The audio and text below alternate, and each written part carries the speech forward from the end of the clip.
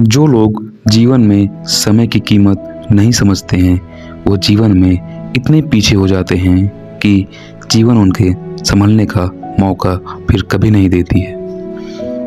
आज की कहानी भी उसी बेस पर है।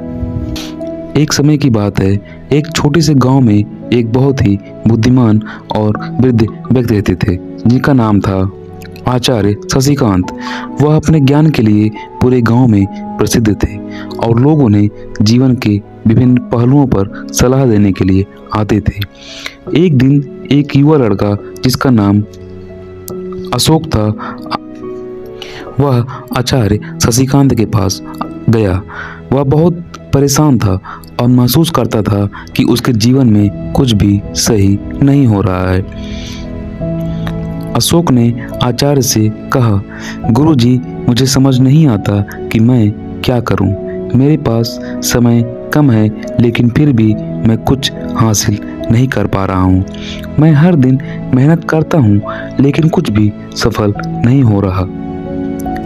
आचार्य शशिकांत ने उसकी बातों को ध्यान से सुना और उसे एक कहानी सुनाने का निर्णय लिया। बहुत समय पहले की बात है। आचार्य ने कहा, एक गांव में एक छोटा सा लड़का रहता था जिसका नाम था शिखर।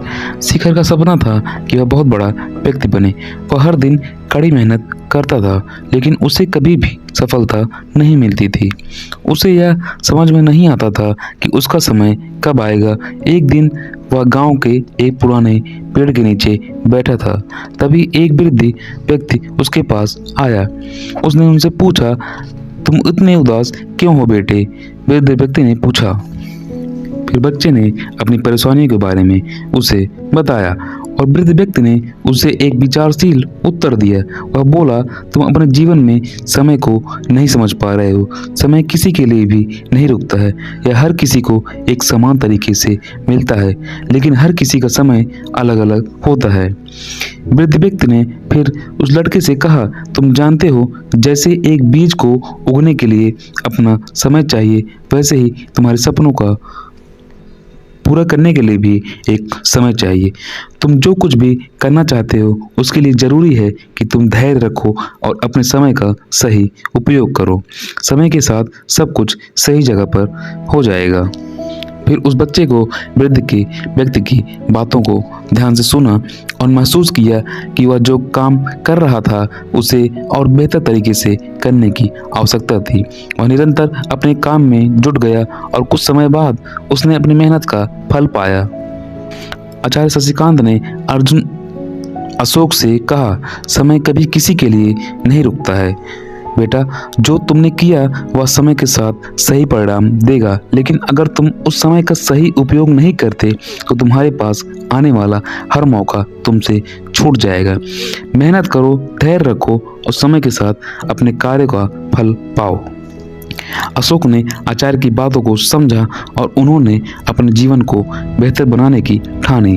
वह अब हर दिन का सदुपयोग करता था, अपने समय को इधर उधर नहीं गंवाता था और अपने सपनों को साकार करने के लिए सही दिशा में मेहनत करने लगा। धीरे धीरे उसने अपनी पूरी दुनिया बदल ली और एक सफल इंसान बन गया। इस कहानी से हमें यह सीख मिलती है, समय को कभी भी गंवाना नहीं चाहिए। यह एक अनमोल संपत्ति है जो एक बार बीत जाने के बाद वापस नहीं आती। अगर हम समय का सही उपयोग करें और धैर्य रखें तो हम अपने सपनों को साकार कर सकते हैं। समय का मूल्य समझो और उसका सही दिशा में उपयोग करो, क्योंकि वही तुम्हारी सफलता का मार्ग है। समय ही डिसाइड करता है कि आपका आने वाला कल कैसा होगा।